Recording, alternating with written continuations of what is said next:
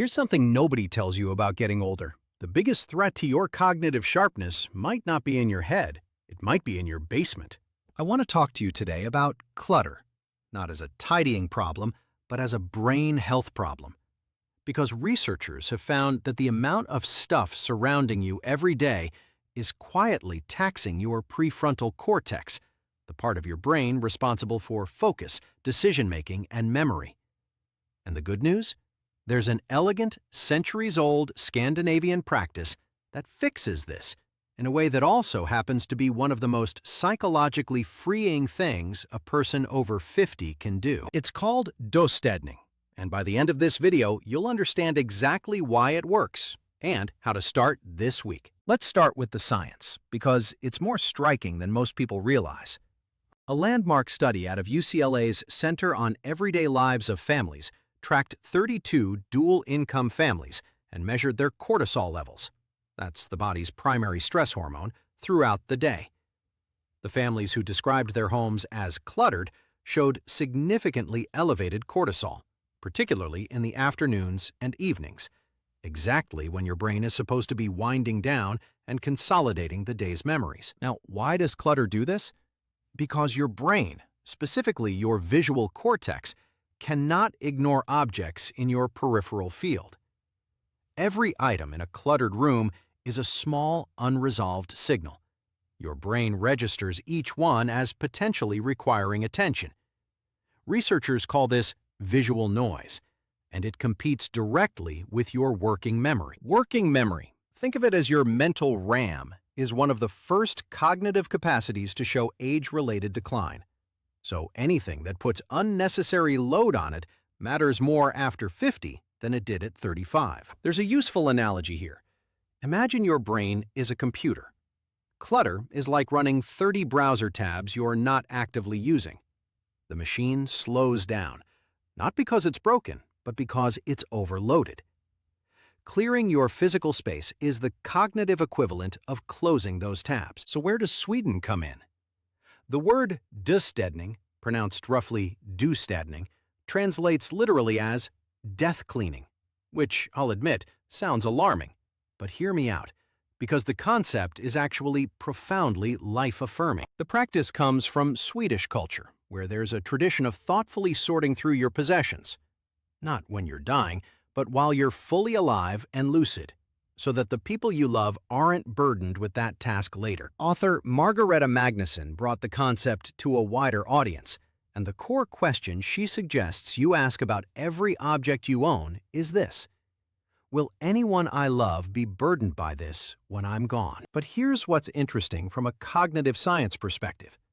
That question has a secondary effect. The moment you start asking it, you also start asking a more immediate one. Is this actually serving my life right now? And that's where the brain health story really lives. Because the process of döstädning isn't just about clearing space. It's about exercising something psychologists call intentional attention, deliberately evaluating what deserves a place in your life.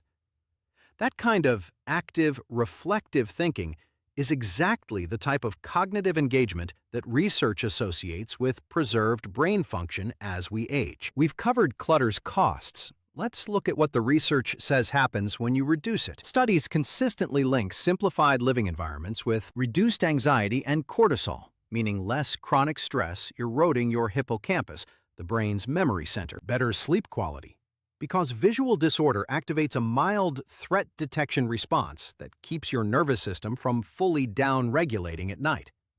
And sleep is when your brain runs its literal cleaning cycle, washing out metabolic waste, including amyloid proteins linked to Alzheimer's. Improved decision-making, because fewer possessions means less decision fatigue depleting your bandwidth throughout the day. Enhanced creativity.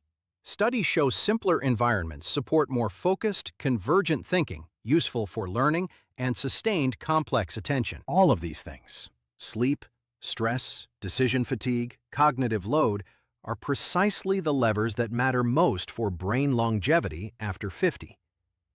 Döstädning isn't a lifestyle trend. It's a cognitive health strategy with solid science behind it. Now, the practical part. Because knowing the science doesn't matter if you open your garage, panic, and close the door again. Step 1. Start with the obvious wins. Duplicates, broken items, things you haven't used in years. This is not emotionally complicated territory, and it builds what psychologists call self-efficacy momentum. Small successes that make the harder decisions feel manageable. Step 2. Work from least emotionally charged to most. Kitchen extras before photographs. Tools before heirlooms. The Swedish approach specifically sequences this way because it lets you build your letting go muscle before you need it most. Step 3.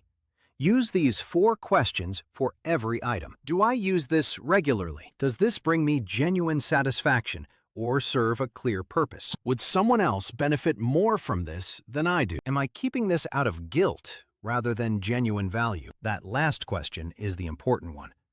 Guilt-based keeping is extremely common, and it's also cognitively expensive.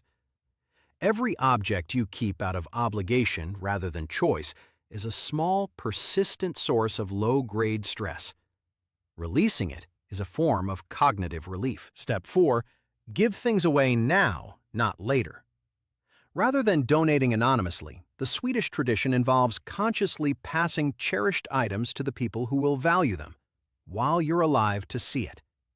Your father's tools going to your son, your mother's jewelry worn by your daughter instead of sitting in a drawer. This act of intentional gifting isn't just generous, it's psychologically completing. It closes an open loop.